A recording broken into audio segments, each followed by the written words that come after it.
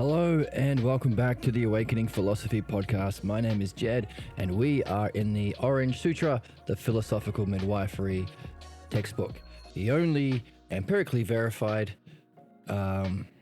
system of psychotherapy. And one of the questions we have as we read is this psychotherapy? Is this the new paradigm of psychotherapy? Or is understanding and removing human problems actually under the field of philosophy? Are we really doing philosophy? Is it the domain of philosophy proper?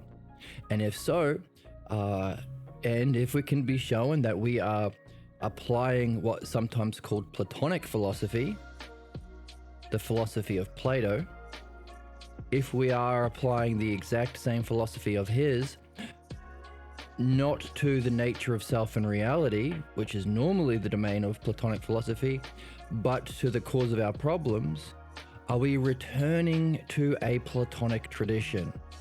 And if Plato didn't go into the detail of how to do this, then are we returning to a Platonic philosophy, spiritual and intellectual tradition, while improving it? Are we adding to the tradition? Okay, now when we say Platonic philosophy, that's a colloquialism, because when we say Platonic philosophy, it sounds like we're saying this is one philosophy among many.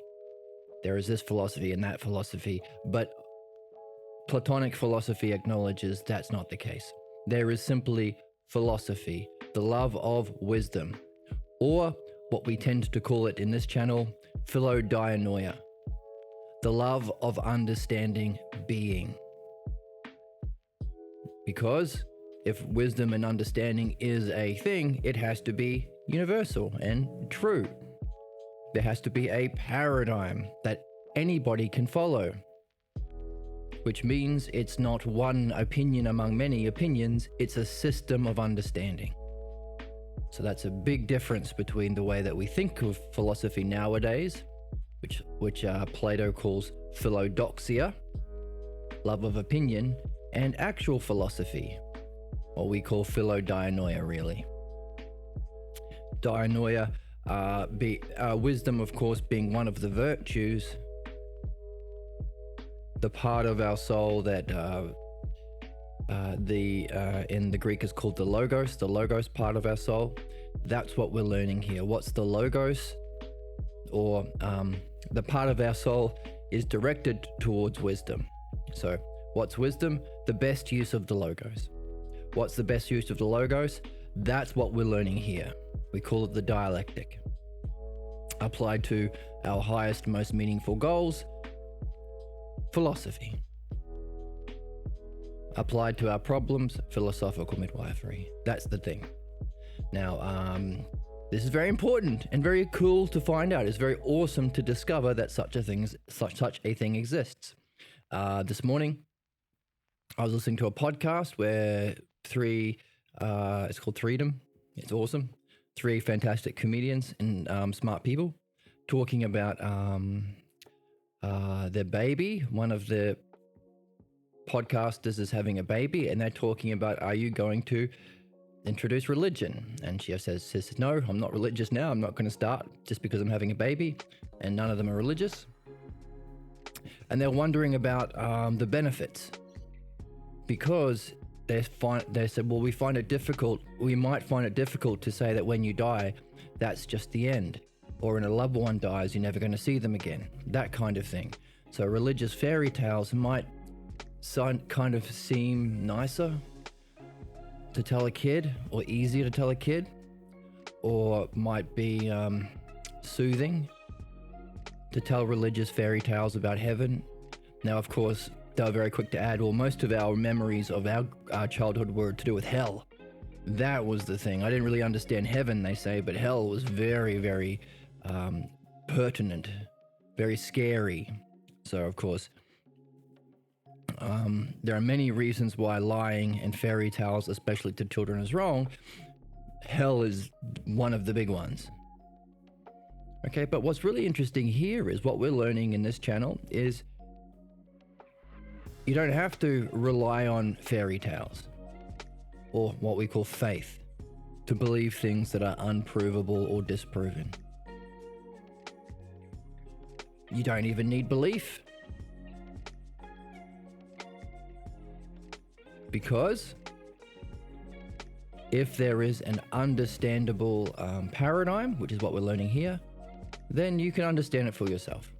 You don't have to believe nonsense, abusive nonsense like hell, made up nonsense, heaven. You can understand what the nature of the soul is, what the nature of the afterlife is, what the nature of what the meaning of life is, what should we be doing while we're here. These are all things that are understandable. So you don't have to open that door a little for grifters and liars to come in and make up their fairy tales that are always harmful and self-serving. The churches seem to be very rich. The ones in charge seem to get an opportunity to gain power and wealth and play out their problems over and over again. It's almost as though lying to people is bad and harmful, right? We don't even have to open that door if we discover there is actually understanding. And once you understand something, do you have to believe some joker trying to scam you, even if they wear a big funny hat? That's important. So rational people, caring people, will be delighted to realize, oh, you can actually understand these things. It's not just belief or the realm of grifters. Now, of course, one of the parts of grifting is to convince people they are too stupid to understand, or it's just not understandable. Only they can understand. Right? Joseph Smith with his crazy religion. Oh, God spoke to me and gave me these documents that only I can read. Right? Prophets and popes and things. Oh, only I can speak to God. Kings, I should get all the stuff as a king because God chose me, the divine right to rule. And all this stuff we know is nonsense. Then why do we accept it? One of the reasons is people are convinced by those, oh, you're too stupid to understand. Or you're in the wrong, you weren't picked by God. Even in the realm of politics and economics, you're too stupid to understand. You can't say capitalism is obviously harmful and evil. You're not an economist. You don't know big words like supply and demand and economies of scale. You are not worthy. You can't criticize the political system because you haven't spent your life in the political system as a politician. You didn't do a political science degree, so you can't say anything. Shut up. Same thing in religion. You can't ask questions about God. You're not a pope with a funny hat like me. Shut up. So that's one of the ways that understanding can be silenced so that liars and grifters can put in belief in its place. You are not good enough. Another standard is reality isn't good enough. Reality isn't understandable. You can't understand. You can't understand the mind of God.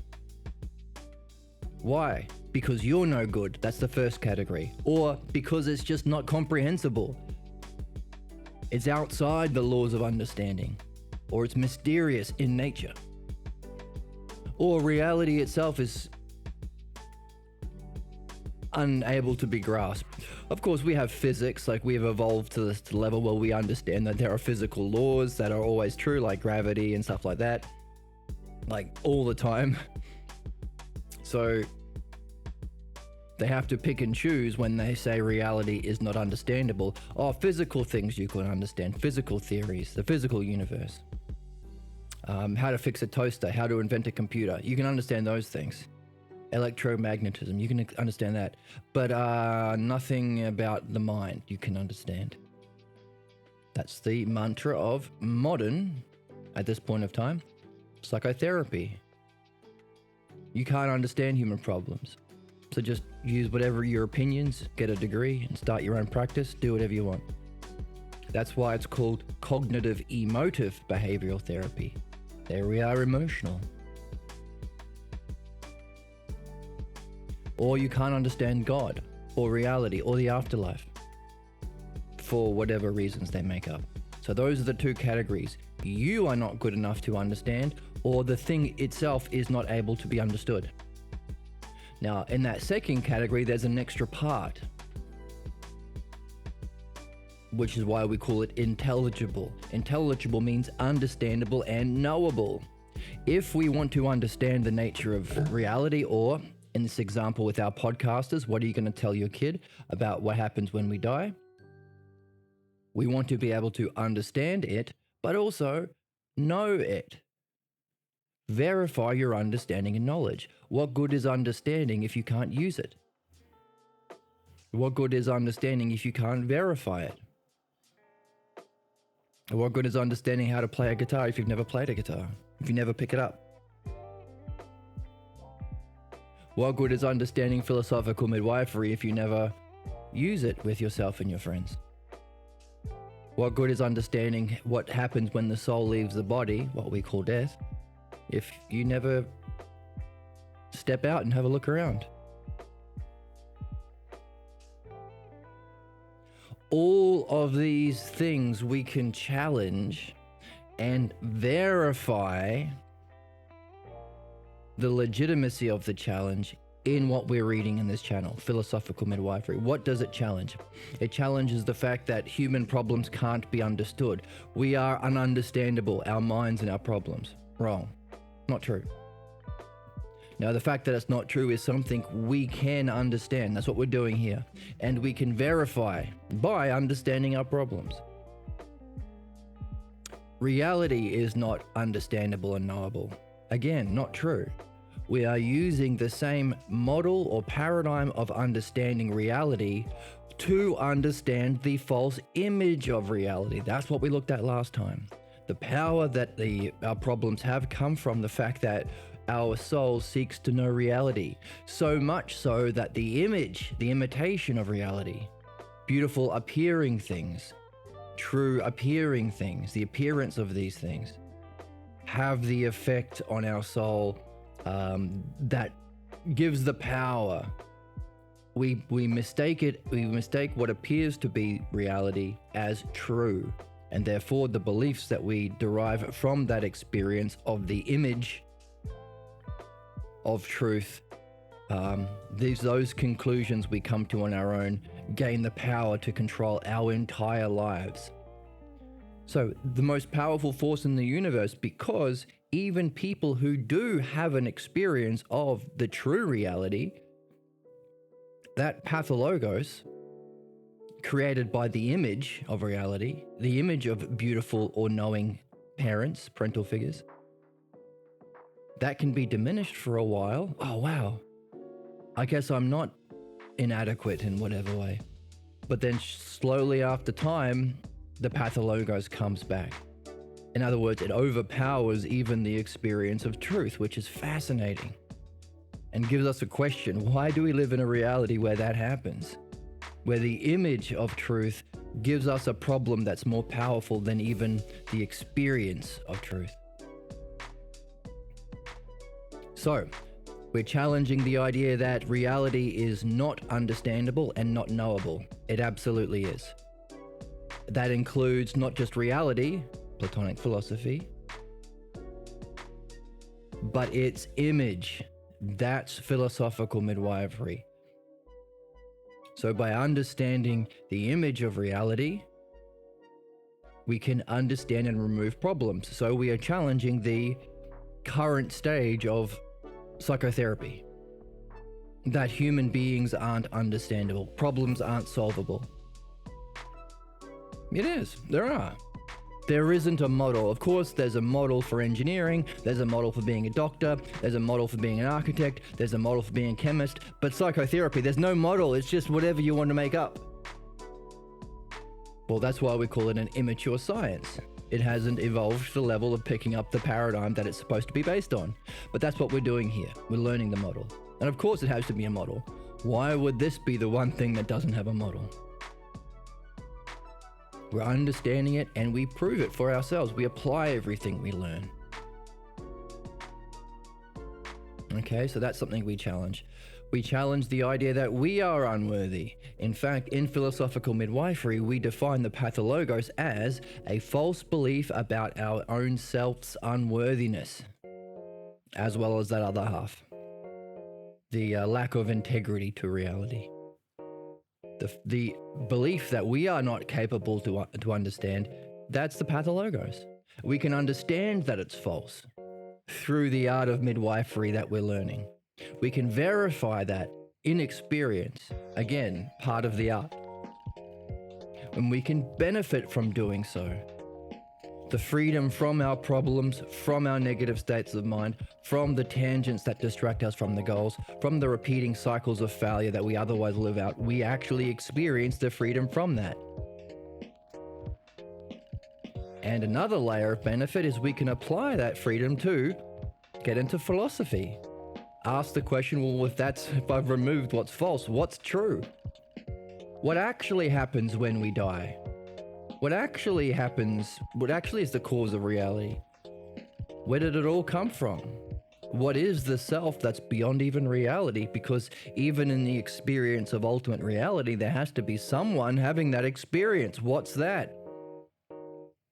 All of these questions that have been up until now the domain of liars and grifters, under the premise of just believe the opinions that I'm telling you, even though I probably don't believe them. A lot of leaders of cults and religions and political parties don't believe the crap that they're selling. That's why they're a grifter. Some of them do. Even if they do, it still doesn't change how they're functioning. They have slipped in under the door because they have undermined our ability to understand and know for ourselves by two fundamental lies. You are not good enough to know and understand, or reality isn't good enough to be able to be understood and known. Both of which are lies, and both of which is the essence of a pathologos belief. Not only are they lies that allow grifters in society, they are the lies that allow our problems in within our souls. As above, so below. The cause of our problems comes down to a fundamental lie we believe about our own unworthiness and the lack of integrity in reality. That ourselves and reality are not understandable, knowable, and good and caring.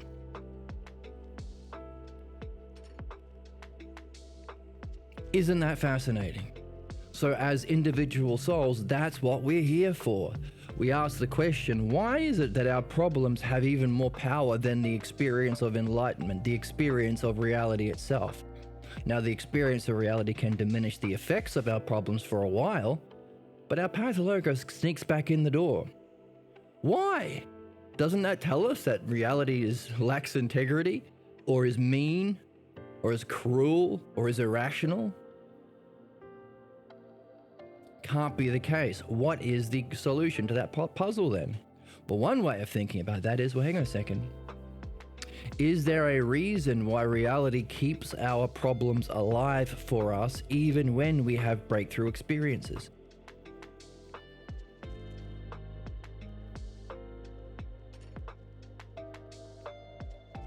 In other words, something keeps alive the problems that you have in your life, which would force you to address those false beliefs about self and reality. You can't ignore them, even if you've had a breakthrough experience. The many stories of spiritual gurus who reach levels of enlightenment but still have their problems. The drunken sage, the pervy sage, and so on and so on. The depictions of ancient Eastern gurus as drunks or whatever. They have had the breakthrough experiences, but they still have their problems. Why? Reality must therefore be forcing us to address what we are carrying that's false. Just as we don't like injustices in our world. There's part of our soul, our self, that seeks to remedy injustices, that doesn't like when the referee gives the bad call or when somebody kicks a puppy. We don't like that and we want to fix that.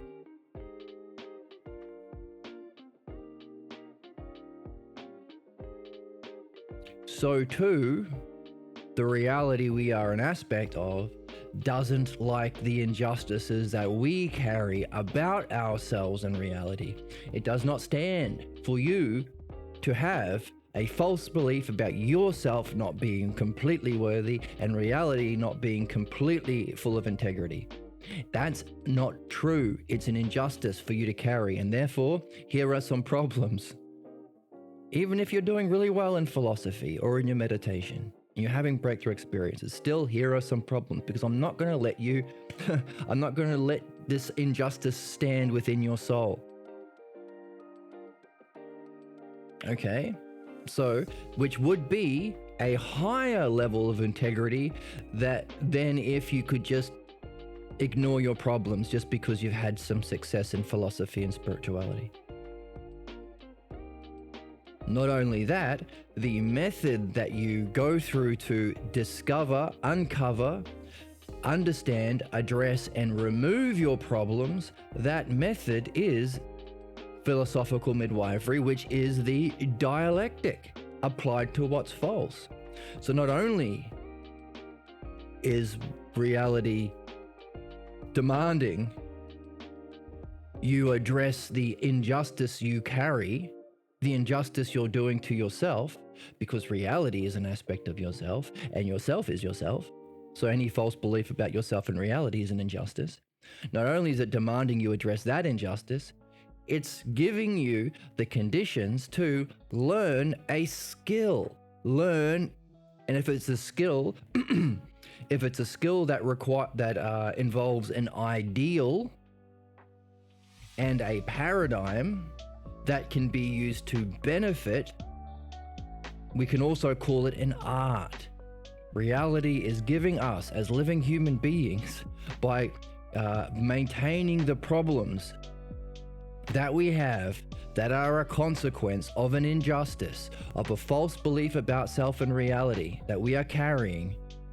It is giving us the conditions and the opportunity to learn the greatest art of all, the dialectic.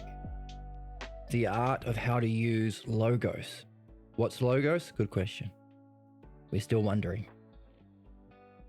But it is, we can say it's, the dialectic is how to use language, how to use thinking, how to use words, how to use reflection, how to use understanding, how to make use of the hierarchically ordered systems within reality, within music, within geometry, within astronomy, within metaphysics, within philosophy. There is an unfolding that's understandable.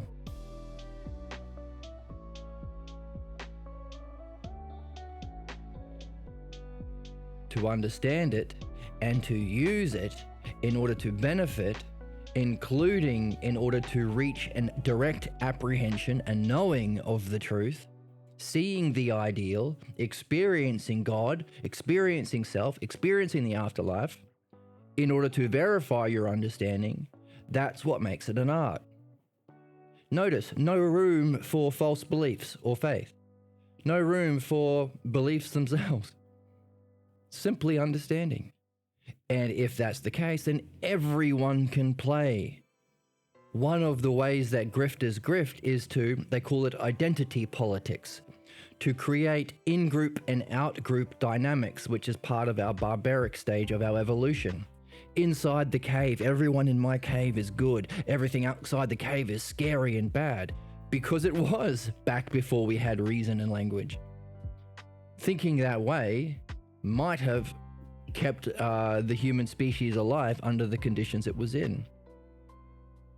But it's a remnant. It's a solution that no longer applies. It's something we have to overcome. So what do grifters play into? These right-wing grifters or any grifters? In-group, out-group. You are the best. Everything different is bad. Women are bad. Immigrants are bad. LGBTQ people are bad. Everything different from you is bad and scary and a problem. What's the remedy to that problem? Me. Whatever I'm selling, my course, my political party, my religion, my weapons, whatever it is I'm selling. Make me your leader. Why? Now we can ask the question, why are people motivated to grifting? That's what we've been reading about. As we've been reading, we are, even though it can be difficult to find the situations where we can play the knower, express our deepest fears, express our opinions about reality, because no one gives a shit. And even if the only people who really care about your dumb opinions are if you're challenging theirs, and then they're just gonna get mad at you. And even if they do listen to your dumb opinions, they're probably gonna ask questions which you don't like because your opinions didn't come from reason, so you can't really ask questions, you're just gonna get mad. Even though all of those things are true, we still want to be professional opinion havers. We want to play the knower role. Not the true knower role like Socrates or Pierre Grimes, but this imitation, the Pathologos knower role. Therefore, if you can use this in-group, out-group, or identity politics, or us versus them bollocks way of thinking to manipulate people, and then the solution to the problem that you created is, listen to my dumb opinions, you have a captive audience in which you can play the knower, do great injustice, but have all of the, what does it say in the text? Just bring it up. Have all of the, what did we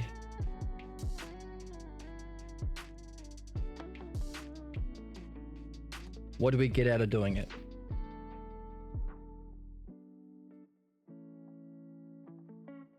There is a certain intensity. We feel proud and noble and important. There's something uplifting about playing the knower right here. So if we can't do it before one group, we try it in front of other groups. And if we can grift our way into creating our own audience, like the right-wing griftosphere, then we have an audience. We know that there are few people we can give voice to what's most vital for us. Our silence makes us a stranger to ourselves. So it is important to talk about what's meaningful, just not in this way. Not as a grift. Not as staying at the level of opinions. And that's what we're learning in this text. How do we express what was most vital to us? Our beliefs or our concerns about self and reality? About the world, about ourselves? How do we express that in a much better way where we're not passing on this parasite? Keeping the cycle of problems alive. How can we talk in a new way? That's what we're going to be learning in this text. How do we express ourselves and reflect and not be a stranger to ourselves in a way where we can actually go beyond false beliefs, remove false beliefs, go beyond it to understanding, benefit ourselves, benefit those we talk with and our loved ones, and verify all of our understanding in direct experience that we have it ourselves understood, and then maybe use even that experience of God, reality, what the afterlife is like, along with our understanding of it, to ask the sorts of questions that can go even beyond that. Because if there is an afterlife, if there is a divine, if there is a reality that our soul exists outside of our body, there still has to be something experiencing it. In philosophy, we talk about the movement from the second hypothesis, this ultimate reality, or being itself, to Parmenides' first hypothesis of the self. So not only is it not true what grifters within our own childhood or within society, it's not true what they say, that you can't know and understand, or reality is not knowable and understandable. Not only is that not true, you can. Reality is understandable and knowable. You are capable of doing both. One is to slide in your pathologos, your problems. The other is to slide in grifting and war and oppression and tyranny and capitalism and all that. Same thing.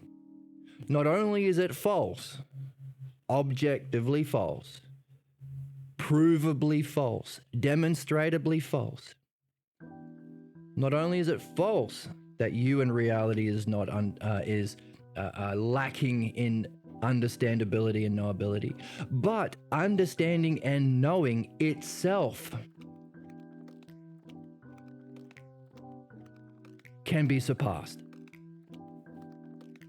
There are levels of evolution of our soul or our psyche beyond even the ultimate of understanding and knowing, what we call the ultimate of the second hypothesis of Parmenides. But what's curious is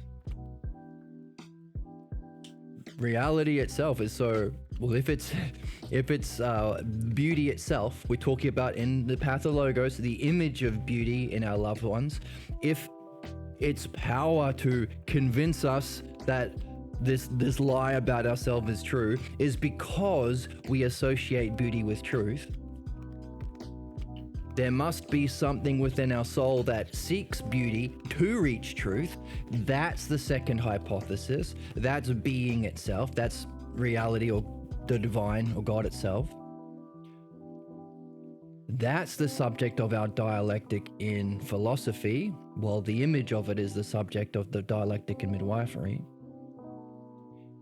If it is beauty itself, and we know that beauty is overwhelming, brings us right into the moment. You're walking down the street and someone beautiful walks past, all of a sudden your attention goes, whether you like it or not. You're focused. It's interesting. Anyone who's tried to talk to a girl they've had a crush on knows that it can be overwhelming sometimes. It can surface all your pathologos inadequacies.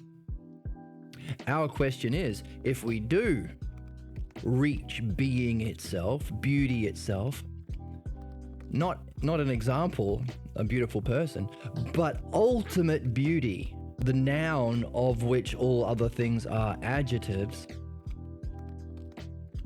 is it going to be so overwhelming that we get stuck there? That's a big question. Why? Because we are learning in this text here that we are reading that our problems come from a false image, a false belief that we don't suspect about ourself and reality. That becomes in our living, we solidify it through our experiences. It becomes a mask we have. It becomes the lines in our face. It becomes the way we treat ourselves and others. It becomes a way of being, and ultimately becomes our self-image. We identify this as ourselves. That's why it affects us. So what? Well, so we can remove these negative ones that are obviously diminishing ourselves, obviously preventing you from being your best. But what happens if you experience the ultimate experience of beauty itself, reality itself, justice itself, goodness itself? All of these are the different aspects of reality. One of the ways people relate to that experience is, this is me. I couldn't believe that I accepted all these other pathologos ideas of myself. This is me. This is really, I'm knowing myself. Self-knowing self, or mind-minding mind, we say. Ousia. Here's the problem. Even that can become an image of yourself. Very, very convincing. As convincing as the image of beauty was when you were a kid, this experience of beauty itself can be also very convincing, and we can get stuck there.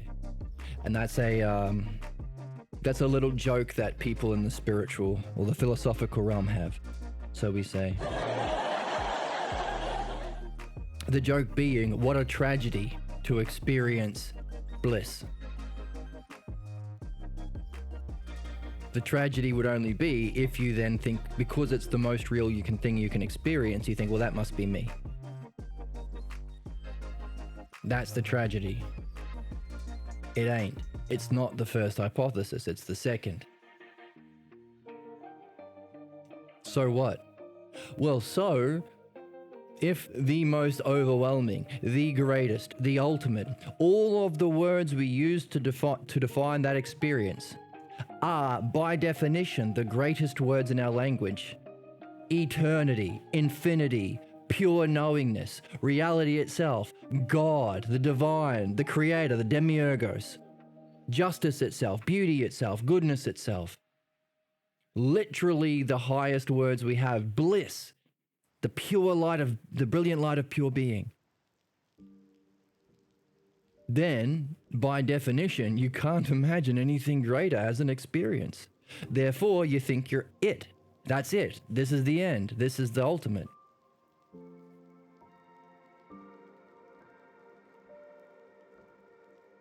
Just as, now we have to find the equivalent to the Pathologos scene. Just as when you're a child, this is a rare moment where your parent is expressing themselves in the highest possible way, really coming out.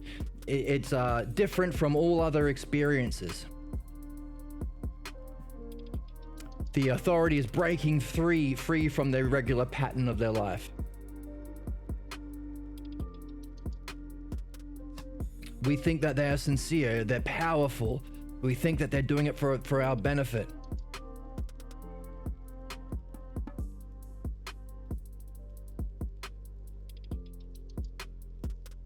They are idealized. This is the highest.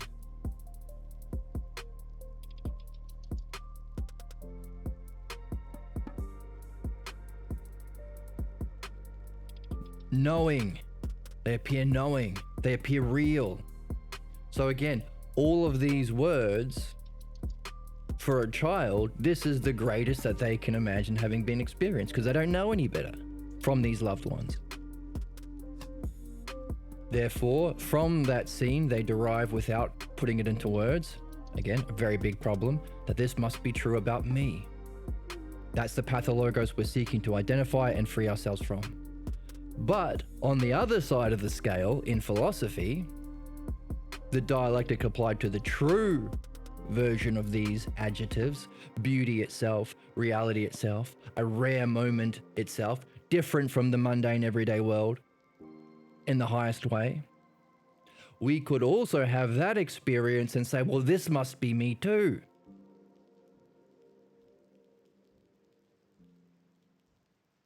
And that's the tragedy. That's the comedic tragedy.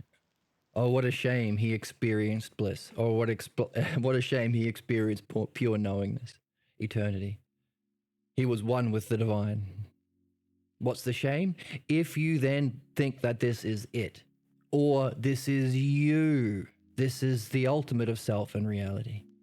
Well, it might be the ultimate of reality if we call that reality, but not the ultimate of self. So we could say that could be the now it's not technically a pathologos because it didn't come from these particular conditions, but it's kind of like a pathologos if you identify with self. So what? Why are we talking about that now? Well, we have asked the question, why the heck do we have problems? And why does reality keep them alive even when we've had enlightenment experience? It's almost though we're being forced to number one, address an injustice we're carrying and doing. What's that injustice? A false belief about self and reality that we are carrying and seeing through and functioning with. So this idea that everyone should be entitled to their own opinion is crazy because we see through our opinions, or our beliefs. We act on our beliefs. We function on our beliefs. We raise our children. We do things through our beliefs. So this whole, hey, there's no problem with people having terrible, harmful beliefs is crazy. It's crazy. Now, that's obviously one of the catchphrases that grifters use so that their beliefs don't get challenged. Hey, this fascism and Nazism, this is terrible, but aren't we all entitled to their own opinion? Who are you, the Nazi of having opinions? Are you the Nazi opinion police? No, we don't have to function as Nazis when we notice a terrible, harmful, unjust opinion. In fact, we might be harming you if we don't say anything and harming other people. We want to function like a doctor. Does a doctor harm you when he points out you are carrying an illness that might infect others around you as well as harm your own self, your own body? No, he wouldn't call a doctor a Nazi for diagnosing you correctly. right? That's what we're doing here. Learning the art of medicine, but for the soul. Okay, how do we address what is harmful?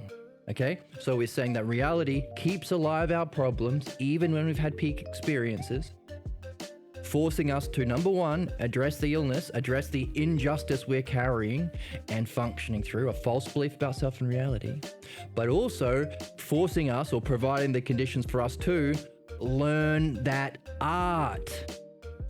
Balloons. Learn the art. Learn the skill and art of how to address those injustices,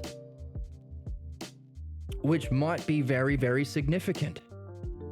And as Socrates points out, this art of dialectic is a kind of education and nurture. You have to not just understand it, but know it, do it, apply it. It's an education and nurture that you can take with you. You can't take your skill of football with you. You can't take your Bugattis with you. You can't take your bank account with you after this life. But this is a kind of education you can. Because it's a principle. It's the principle of all principles. And of course it has to be, because we're literally applying it to the divine, the immortal, which is, by definition, out of the physical world. It's a kind of skill and education and nurture that we apply to the divine. Therefore, it is a kind of learning that we would therefore be here to learn. Rationally speaking, whatever we're here to learn has to extend beyond this lifetime. And that's what we're learning here.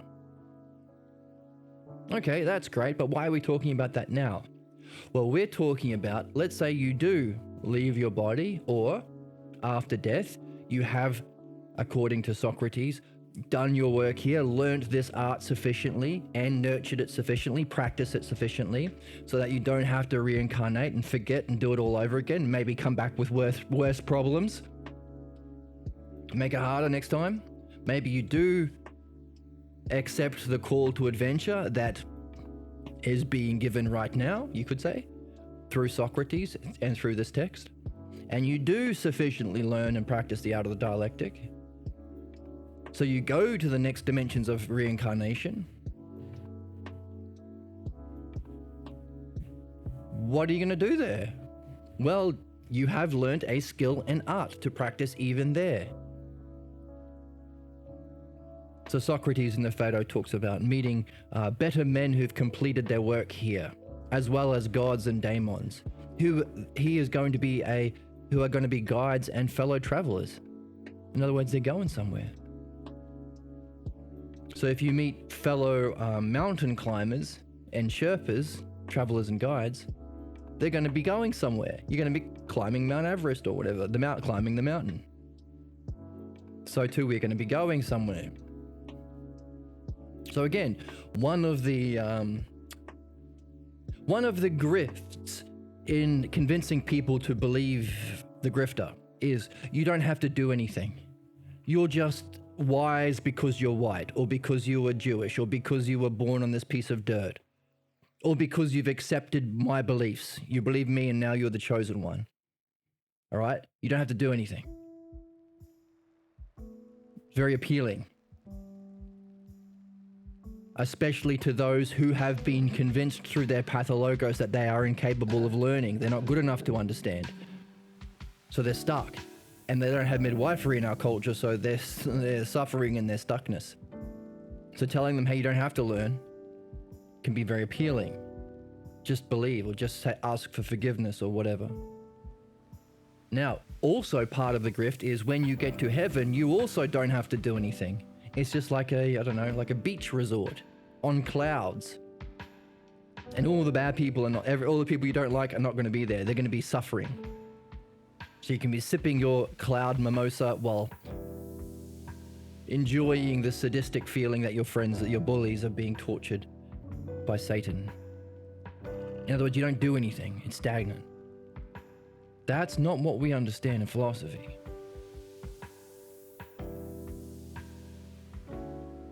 Therefore, what's the kind of education and skill that we could apply even there? That's one of the questions we have when we read the Phaedo. One of the questions Socrates leaves us open to use the text to answer, because he's not teaching us, he's helping us learn.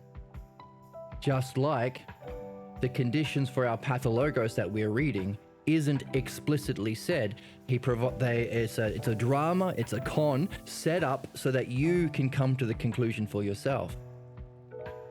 Socrates writes in that way, only there are differences. He is encouraging questions, he is using words, it is based on truth and understanding and logos. So there is this, because the midwifery can be seen as the distortion or the shadow of the truth. But one way we can make sense of why we would need this education that we're learning in this philosophical midwifery text and in philosophy, the dialectic, why we would need it in other dimensions or the afterlife, or in this life, you can still separate from your soul in this life. That's what yoga's for.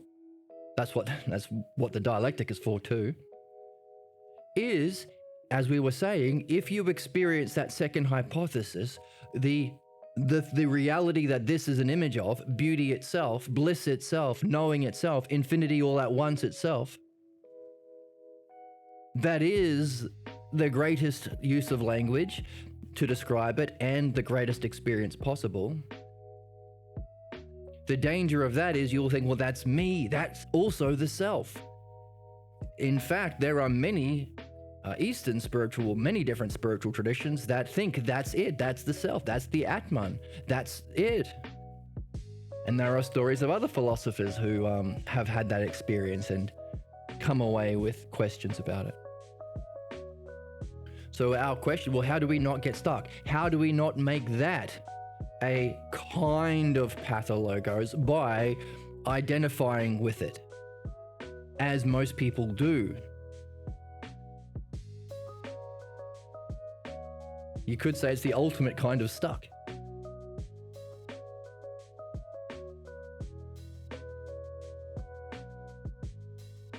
Is there a kind of skill and art where we ask questions about whether or not something is the self relative to how beautiful and true it looks, that we can train into ourselves, that we are being forced to train into ourselves, that we are being given by reality problems unless we train into it ourselves, that we have to study and learn like we're doing here, but also practice all the time to integrate it into our way of being, such that even in the experience of beauty and reality itself, ultimately, we have that way of questioning, that training, that skill and art that we see through and automatically use, such that we don't mistake that for the self, even though it seems beautiful and real, it is. And instead, we draw out that nurture and education to even ask questions about the self then. Is that really me? Even though the teacher appears most beautiful and real? So that I don't get stuck, the comedically tragic level of stuck at ultimate reality by identifying it with myself, because I have the skill of asking questions. Asking what kind of questions? Questions about banking or horse racing? No, questions about the self. What questions about the self? Whether or not this is true or not. Whether or not it's true or not based on what? Based on beauty and truth and reality. Based on whether or not the rarest and most profound experiences I've ever had are actually telling me about the self, or directing me to something beyond it because this isn't the self. Is there some sort of education and training that you would necessarily need even then to avoid this profound problem? That we would therefore be here as our purpose to be learning for that reason? Good question. Wow. If that's the case, then we're looking for a kind of education that involves a paradigm or model that we can practice all the time, so it becomes a part of our way of seeing and a part of our way of being, that is asking questions, even in the face of very rare and profound moments, about what the self is relative to experiences of beauty and knowingness and truth and power and even care. That would, therefore, logically speaking, be the sort of thing that we would be looking for while we are alive here, for that reason. Can you think of a kind of study that's understandable and not based on opinion, faith, belief, ignorance, prejudice, in-group, out-group?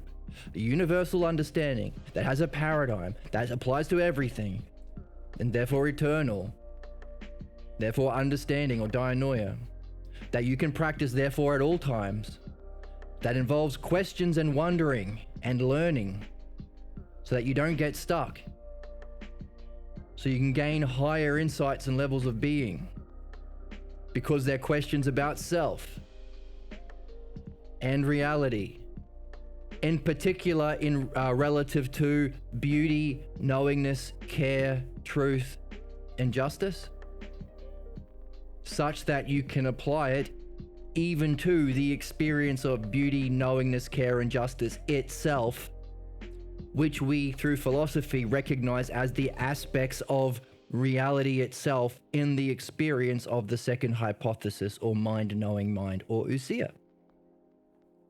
Is there such a study?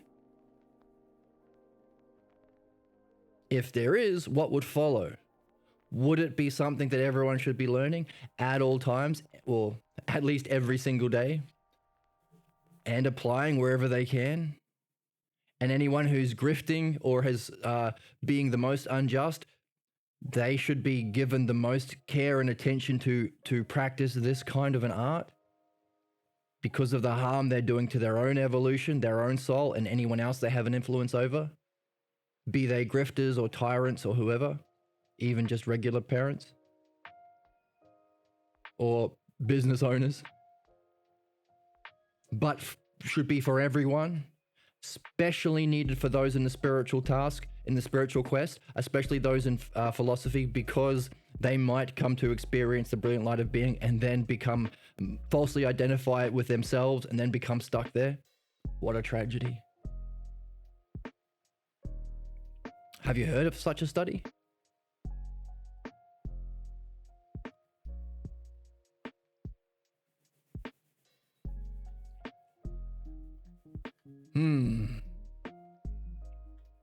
Let's review what we were reading.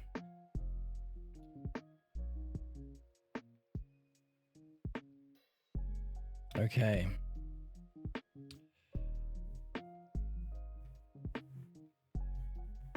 This is where we are in the text. In the transmission of the Pathologos, someone who appears real, appears knowing, appears to know self. They are convincing, they appear to be a knowing, it becomes idealized. From that situation, we are open and curious. We are open and receptive, sorry. We think this is reality. We think this is for our benefit. We come to the conclusion about ourself and reality.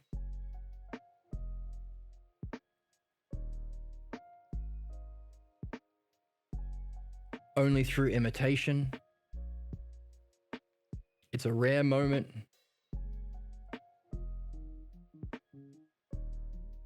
We want to be it ourselves. We want to imitate this. Only it's an imitation of the drama. The imitation of an imitation, not reality. We want to do it. We think it'll be intense and noble and important to do it.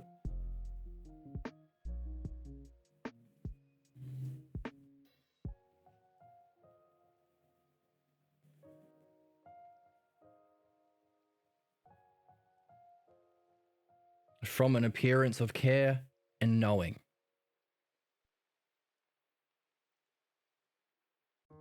That we have to reject because it's not real.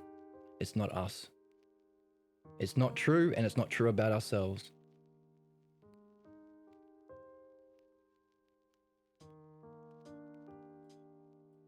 And the conclusion we come to about ourselves in our Pathologos, seeing the image of those qualities, not true.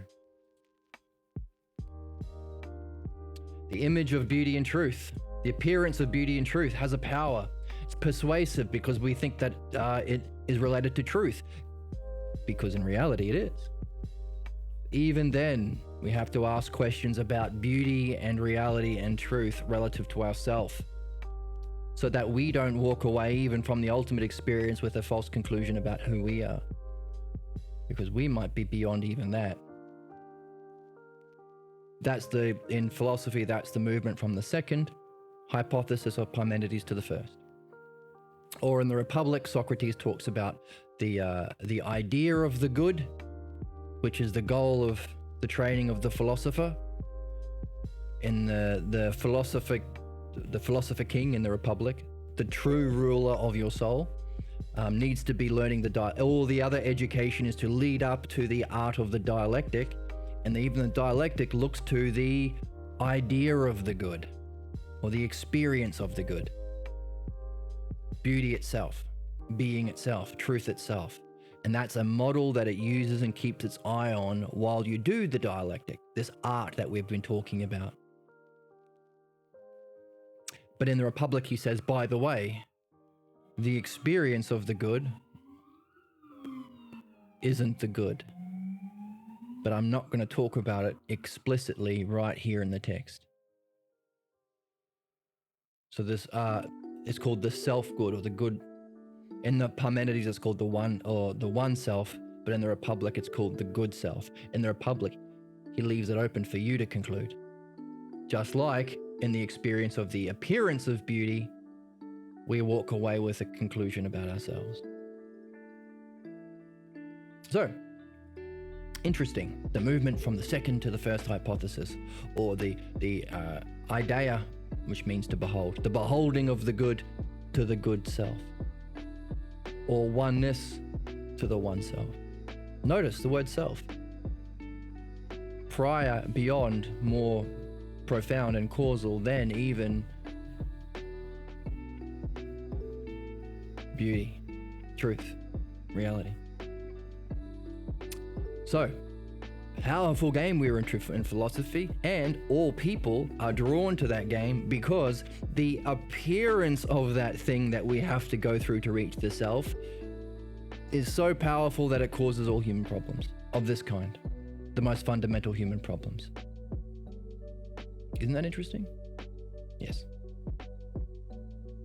So, our question was, is there a kind of skill and art that we can practice at all times that's part of a true understandable paradigm that applies to our questions about the self relative to beauty, truth, and justice?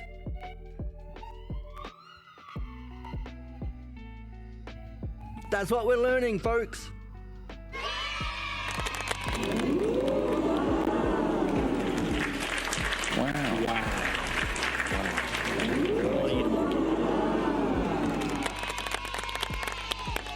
That's what we're learning. So, good for us. Okay, and then we read last time, similarly, unsuspected social beliefs about the social reality. If we accept that, we participate in it. We talked about how it's the same thing. They grift us, not understandable or not knowable by you, or just in its nature.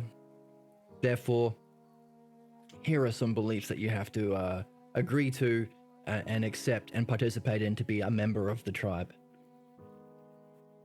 that are wrong, because those two fundamental false beliefs are wrong. Reality is understandable, knowable, good, and you are capable of understanding, knowing, and being those things yourself, and utilizing it through an art. That's what we're doing here. Okay, the belief, the pathologos, yes. So our belief creates a bridge between our pathologos scene and the milieu, the society around us. Oh, that's why if you're born in a certain part of history at a certain place, that's why when I walk outside on my own without a burqa, I get attacked and stoned. Just because I'm a woman. Wow, I never thought about that, but the way I'm being treated in this pathologos scene makes sense of the whole thing. Okay, so it brings in a kind of explanation for the things in the household that were puzzles, and also fits in with the societal milieu. It is through that these puzzles become clear. We gain a glimpse into why those people who have been significant in our upbringing feel the way they do, say the things that they say, are the way that they are, and we intuitively grasp how the milieu fits into the pathologos. And we talk about how that's kind of like what we do in philosophy. We are Sherlock Holmeses when we read. We try and get puzzles, we get the pieces to see how they all fit. And the way of organizing the pieces is the dialectic. Only the difference is the pieces are the actual pieces. That's the logos. What we're getting here are the pieces of the pathologos. So isn't it curious? It's the same game.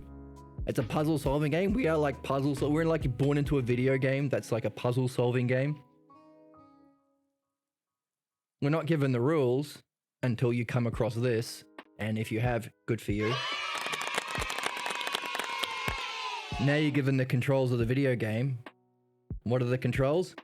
Up, down, left to right. Definition, demonstration, division, conclusion. That's the dialectic. You got two skills, apply it to what's true in philosophy, apply it to what's false in midwifery, but it's the same controls. And what's the game? Pull out the puzzle pieces. Every moment in your life, you're in the game. So every single moment, every experience, every choice of goals, every daydream, every distraction, every fantasy, every night dream, everything you read in Socrates' text give you the puzzle pieces. Either these puzzle pieces of your problems that you are to put together in midwifery, or the puzzle pieces through the dialectic, or the puzzle pieces that you put together in philosophy through. That's why we read the Balboa translation of Socrates. And our problems that we are here to solve the puzzle about comes from doing the exact same thing as a kid, only with the wrong puzzle pieces. The family drama, this setup scene, the societal milieu, the way you've been treated, the way your loved ones act, say, be, function. And we come to an intuitive grasp of we intuitively grasp the whole, just as we are to intuitively grasp the whole in philosophy through the dialectic. Same thing. The same thing causes our problem, only we're doing it unconsciously. If we learn the skill of how to do it right, the dialectic, we can remove that, so we learn a new skill. Same solving a puzzle with an intuitive grasp of the whole, only the activity of solving the puzzle is a skill that you have to learn. That's midwifery. So we can learn that skill, so we've gained a skill. We can also use that skill to get rid of that problem.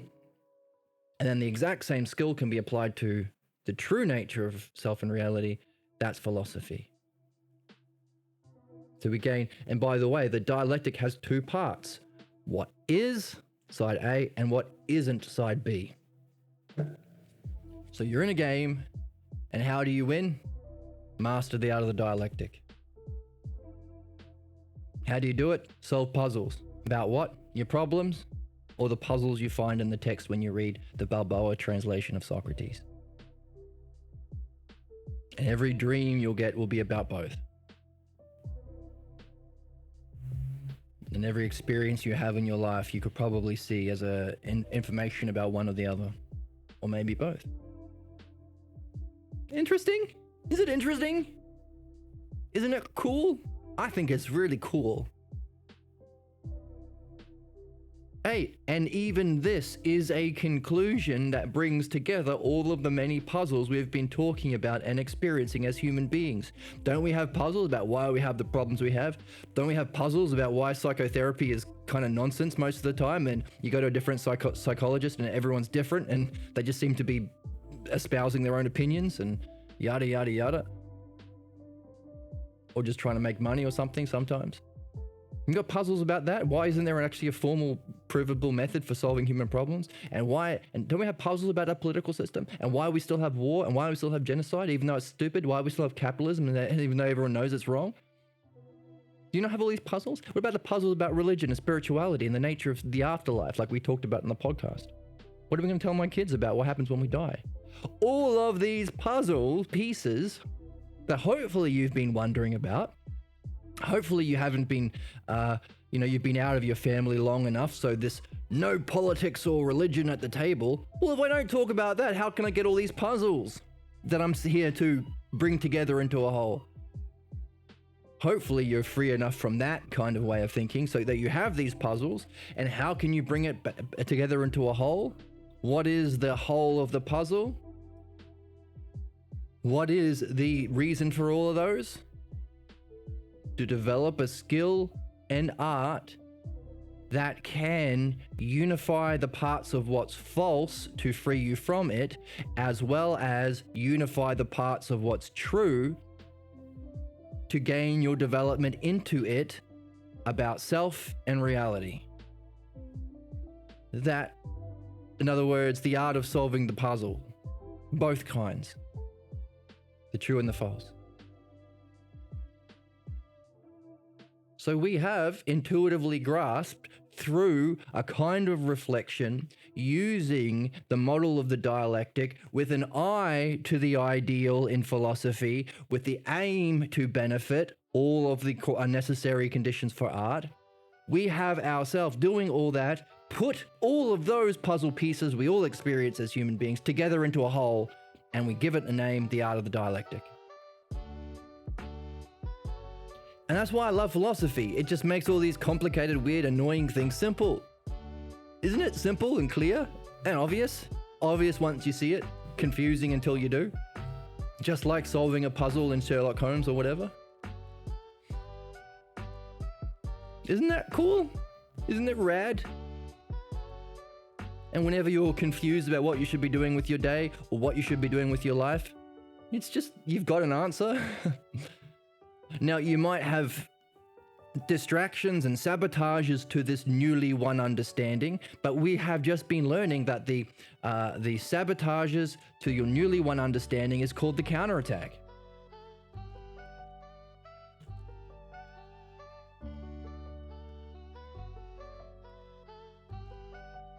An essential factor in the functioning of the Pathologos is the curious fact that its presence is unsuspected, even though it is accepted as being questionably true. Right? The way we solve the puzzle as a kid that we don't even know we have, the false conclusion, because we assumed the puzzle pieces were real when they weren't. When it is surfaced and seen for what it is, it can be likened to a psychic parasite that infects by transmitting to its host delusions that disguise its presence. So we're on a hunt for it. It defends itself by undermining what seeks to disclose its presence or that threatens its existence.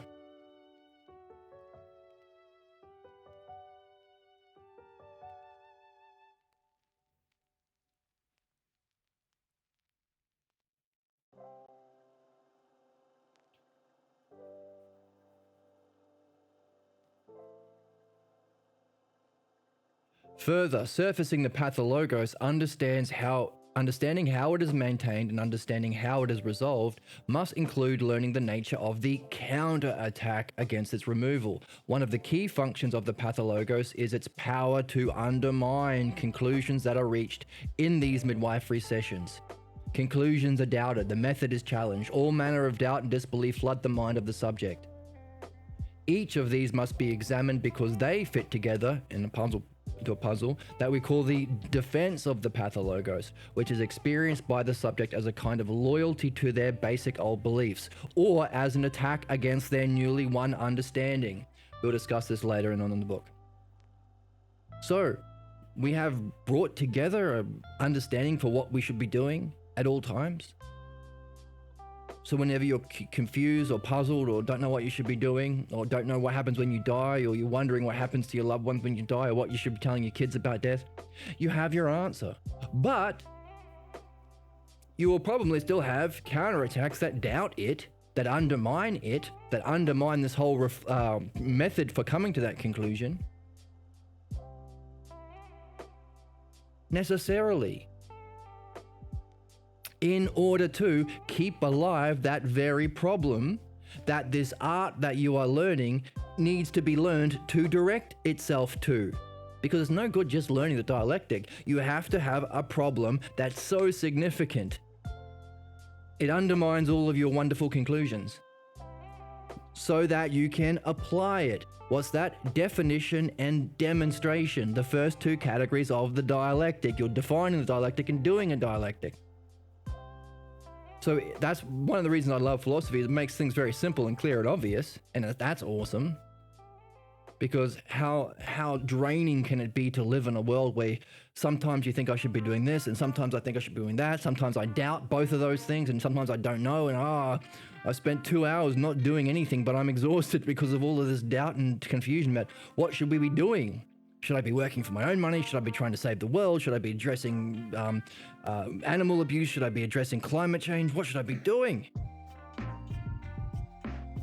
So having a harmonized soul, which is one of the definitions of virtue that we get from Socrates, is bringing together everything that's significant and important into a oneness that we can direct our attention and life energy to. That's the art of the dialectic. But as we said before, having an insight or a breakthrough experience doesn't remove your problems. That's an exercise of the dialectic on what's true, to gain a true insight. That's what we're doing as we read. But the dialectic is not just coming to insights or solving the puzzle about what's true. You have to also figure out side B, which is applying the dialectic to what's false. If X isn't. So even that conclusion, which can be great, which is fantastic, it's just freaking awesome. I think it's wonderful. And confetti.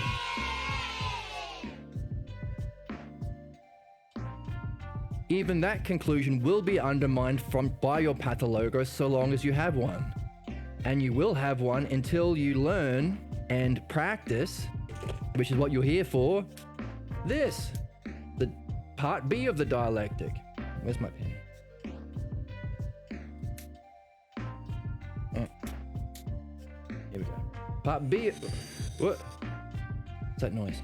Oh! Thank you for the follow, somebody. I heard a noise that meant someone's following me, and so thanks for the follow, Tupins. All right, so even that conclusion about reality, about what we're here for, about how we should direct our energy, how we should harmonize our soul, what we're here for, and all of that, even what we should be doing if we become God or experience reality itself, or mind no mind, or we have the higher experiences of the afterlife, even that will be undermined. You will doubt, you will be distracted by, other things will come up as more pretty. Look at these pretty shapes over here. Look at these all grifters over here. They will affect you so long as you have your pathologos, until you learn this dialectic that you just concluded you're here to do. Why is that dots? Why are they only dots?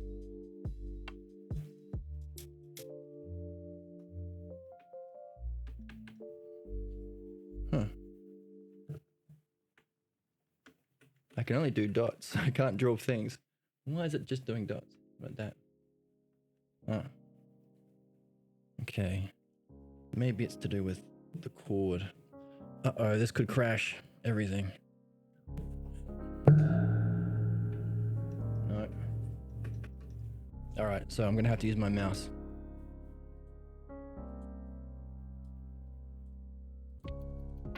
Whoops.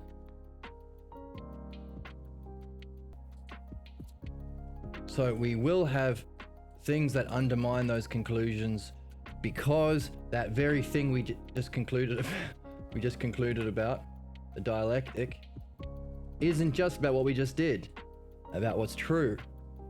It's also about what's false.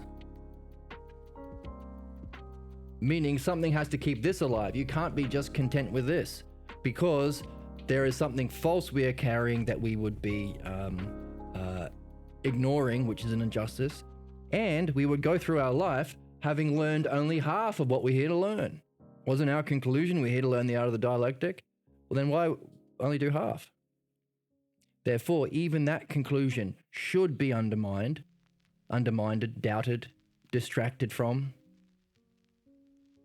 so long as you have a pathologos, because that's the role of the pathologos. The pathologos has what we just read, the counterattack, which seeks to undermine any conclusions that threaten its existence or challenge its way of being.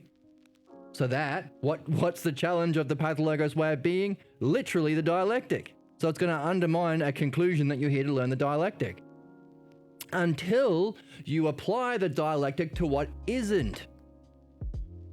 The false beliefs that you have defined, you're demonstrating at all times about yourself and reality.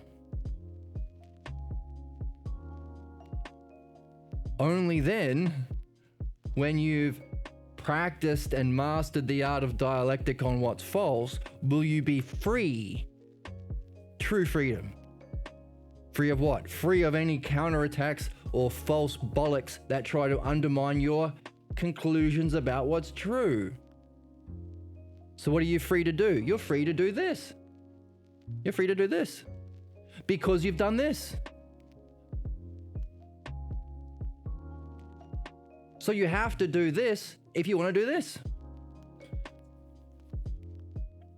But to surface those counterattacks that are the puzzle pieces that you need to do this, you have to be doing this. We had to have come to that conclusion about the meaning of our purpose for our existence being to master the art of dialectic in order to surface the counterattacks that come up, so that we can have the puzzle pieces that we can use to go on that Sherlock Holmes journey to hunt down the unsuspected false definition about ourselves in the world that demonstrates itself in a kind of state of mind that has all these puzzle pieces as its definitions, that becomes a conclusion, a self-fulfilling prophecy that keeps us maintaining our problems and stuck in our cycles or the chains of fate, to use Socrates' terms, and the prison of reincarnation.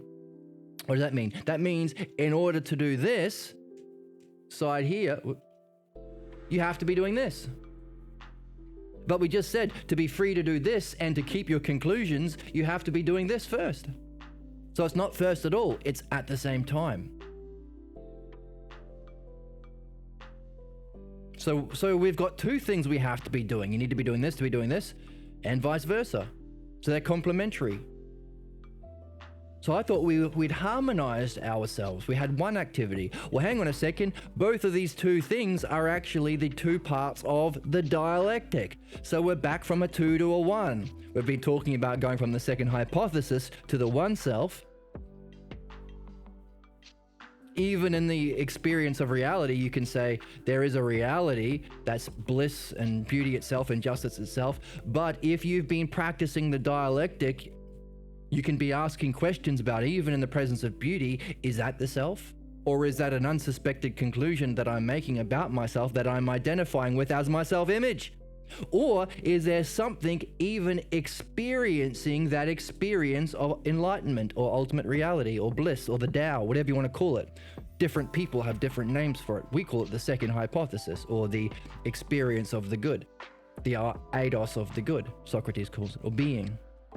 Even then, there has to be some self experiencing truth and being, or beauty, that you hopefully have practiced some sort of art and habitualized it so it's automatic. So even in the experience of the most bright and shiny, truest thing, you're not overwhelmed. It's part of your nature. You're always asking questions. No one has silenced your ability to ask questions. Even if they're a father or a mother or a priest or a right-wing grifter, you can't ask questions. You definitely can't ask questions about God. He's mysterious and you're a sinner. You can't ask questions about the self. because the self isn't above God. That's blasphemy. No questions like this in my house, in my church. Bollocks.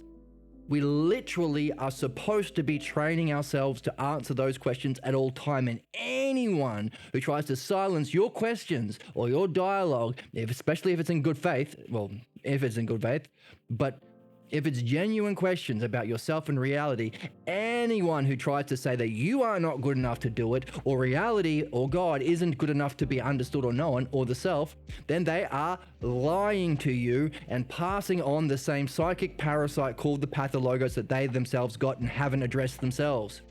They are a grifter. And we've talked about how if you ever become a mechanic's apprentice, if you say to the mechanic, hey, I want to understand this or that about the engine, if they ever said, don't understand, you can't understand, or the engine is not understandable, just believe me, you would immediately leave and hopefully make a complaint to the Mechanics Association that this guy is a con artist. He wants to keep me trapped under his rule like a tyrant. Of course, we know that when it comes to being a mechanic, the same thing applies to anything about the self and reality. And it's no wonder that grifters and the right-wing manosphere and all those and religions and cults and even families at a certain instance, Pathologos, come up with that bollocks. But we have to do it at all times, practice doing it in the right way. That's the structure here. So that even in the experience of the brilliant light of being, we still have that habit and practice or education and nurture, which Socrates calls the virtues, so that we can even ask the question about ourself in that experience. Because, hey, here's a hint, something's got to be having that experience. And something's got to be causing that experience, which isn't the experience itself.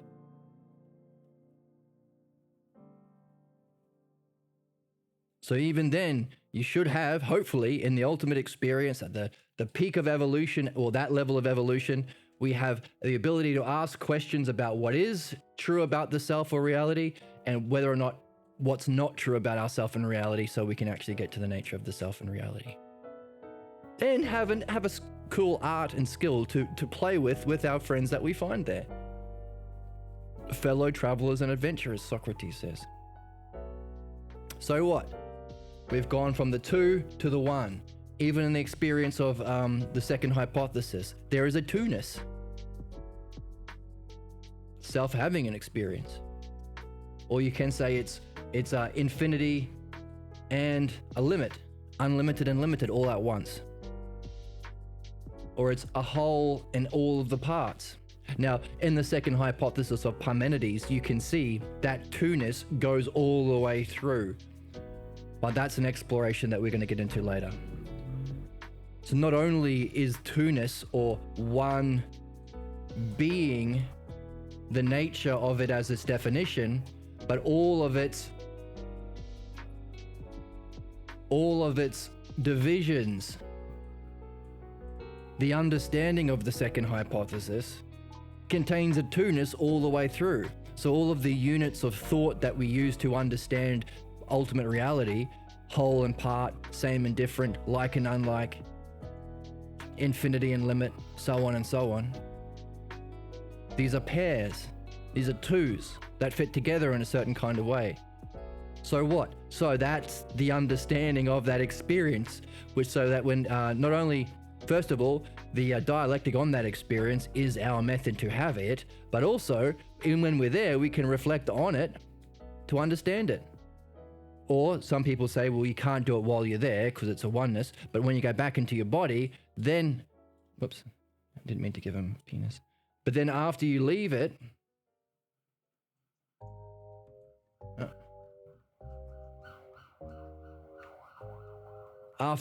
you can reflect on it to understand it. Understanding is important. And by the way, that second hypothesis, understanding of the brilliant light of being, is the dialectic applied to being. And even that second hypothesis is a definition of what happens if self exists. And the third hypothesis is how it functions, and the forces, and so on and so on. For all 8 of those hypotheses after the one self. So it's dialectic all the way down. I think I've gone on a bit of a tangent. I got a bit excited talking about understanding the levels of reality through Parmenides, but suffice it to say, it's still the dialectic. Even if you want to understand the highest use of language applied and thinking, or the highest aspect of philosophy applied to the highest level of reality, you're still going to be using the dialectic, whether you're in the Parmenides or you're actually there as a soul. So what? So this mastery of the art of the dialectic is pretty important then. Pretty important. And none of this you have to believe. Hopefully all of this you're able to extract pieces yourself from, so that you can see how they all necessarily fit together. And when you are putting them together, try your best to use this structure to put them together as best you can. What if these things are true? And take the opposite. What if all of everything that we've just reflected on today, what if it was all delusion in some way? What would follow? Because that's a putting together of the puzzle pieces for yourself. That's understanding. When the mechanic says, here are the pieces of the engine, see how it fits together yourself. And by the way, in doing so, you'll be practicing the very thing that you're here to practice anyway. So you'll be doing what's good. Isn't that neat? How even this two-ness, if we can say life is this question that causes our problems and is maintained, while also this, like we did today, the reflection on what is true to come to a conclusion, even that's a two that we can then bring into a one when we realize that they are both aspects of the dialectic, giving us a single unified function for ourselves, for humanity when it gets on board, but for our own souls all the time whenever we do. And by the way, any counterattack we can expect and anticipate and cherish, because it will give us the puzzle pieces. Whenever we have a counterattack, write down the words, write down the states of mind, because they are the puzzle pieces that you can use to go through here. Because we don't start with the definition of our false self and reality, it's unsuspected. We can look at all these divisions and how they function. Those are the puzzle pieces. So as you carry this question, is the dialectic, mastering the art of the dialectic, exactly what I'm here for? What all of us are here for? Necessarily so. As I carry that question, what comes up to undermine it? And that's going to be the pieces that we have to do this. Now, how do we do this? Well, do it as best you can. However your understanding of the dialectic is, even if this is your first video that you've seen of this channel, and all you know is this picture here, and all you can surmise about it is the way that I've been talking about it today, use it. You are good enough where you are right now. As you go, you will learn more. As you practice, you will learn more. And as we read this text, we will learn more about the specific use of the dialectic to identify and remove our specific problems while understanding it as a whole, as an art. That's what we're going to be doing as we continue.